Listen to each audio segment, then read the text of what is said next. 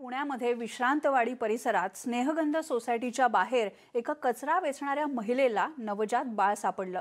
प्राथमिक तपासणीनंतर पोलिसांनी या बाळाला आश्रमामध्ये दाखल केलं। बाळाच्या आईचा शोध सुरू आहे। या प्रकरणी गुन्हा दाखल झालाय। पण या बाळाच्या संगोपनासाठी एक डॉक्टर दाम्पत्य पुढे आलंय। कचरा पेटीमध्ये उशीच्या एका कव्हरमध्ये घालून हे बाळ फेकण्यात आलं होतं। पण हे बाळ जिवंत असल्याचं इथल्या कचरा वेचक महिला लक्ष्मी रेगे यांच्या लक्षात आलं। त्यांनी या बाळाला दूध पाजलं आणि अक्षरशः जीवदान दिलं। स्नेहगंध बिल्डिंग जवळ एक कचऱ्याच्या ढिगाऱ्यात एका नवजात बालकाला कपड्यात गुंडाळून टाकलेलं होतं कोणीतरी अज्ञात इसमाने। तर कचरा गोळा करताना सदरची माहिती आम्हाला मिळाली। त्या बालकाला उपचार कामी आम्ही लागली ससून येथे घेऊन गेलो, ससून हॉस्पिटलला।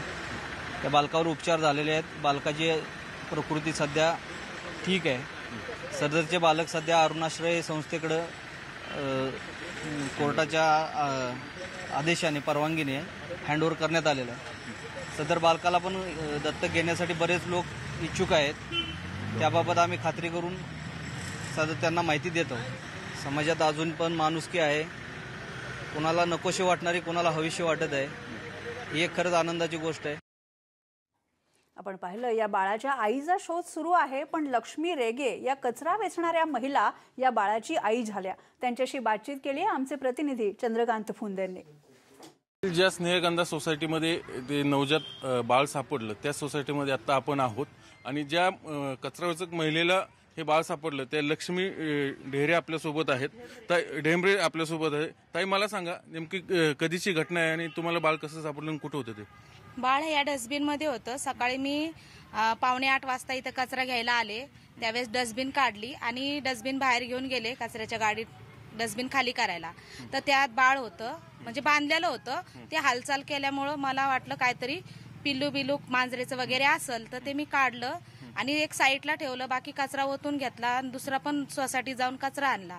तर ते कचरा आणल्याच्या नंतर की ते खूपच हालचाल करत असल्यामुळे मग मी म्हणलं कुत्रे वगैरे त्याला फाडून टाकतील। म्हणजे मला जास्त काय माहित नव्हतं की त्यात बाळच असेल म्हणून। आपल्याला वाटलं काय जनावर वगैरे असेल, तर मग ते असं जिवंत सोडून कसं जाता येईल ना। तर त्यासाठी मी ते खोलून बघितलं तर त्यात बाळ दिसले। तर मी खूप घाबरले। तर मग घाबरल्यामुळे मला काय समजतच नव्हतं काय करायचं ते। तर मग एक झाडूवाली बाई होती माझ्यासोबत। मग त्या माझ्याकडे फोन पण नव्हता त्यावेळेस। तर मग त्यांना मी बोलवलं। मग त्यांनी आमच्या मुकादम मॅडमला फोन केला त्यांच्या कॉर्पोरेशनच्या। मग त्या ताई आल्या। मग 100 नंबरला फोन वगैरे केला। मग ते पोलीस वगैरे आले। बाकीची कारवाई मग त्यांनी चालू केली। एकदम गठुडं बांधलं। थैली होती एक लाल कलरची, कपड्याची थैली होती आणि त्या थैलीमध्ये बांधलेलं। त्याला पोरीची स्लीप असते ना लेडीज मुलींची, त्या स्लीपनी त्याचं गळा बांधला होता। 5 वेळा त्याला असं बांधलं होतं आणि ते बांधून पण उशीच्या कवराने त्याचं मुंडकं जाम बांधलं होतं की ते गुदमारून मरून जाईल आणि बाई मरून गेल्यावर त्यांना काय घाण वास येतोय म्हणून ते टाकून देतील कचऱ्यामध्ये। पण ते हालचाल केल्यामुळे ती जिवंत होतं। तर ते हालचाल केल्यामुळे आम्ही ते खोलून बघितलं की पण त्याच्यात बाळ। तुम्ही कसं वाचवलं? म्हणजे दूध वगैरे काही धर्मांच्या काळात उपलब्ध झालं? एक सोसायटीमध्ये एका बाईने दूध दिलं। मग त्याला आम्ही दूध पण पाजलं। 2 चमचे तिने दूध पिलं, खूप चांगलं दूध पिलं। आणि मग खूप तिचं गळ्याचा फास जे काढला ना आम्ही, तर ती एवढी जास्त रडत होती की अक्षरशः एवढं वाईट वाटलं।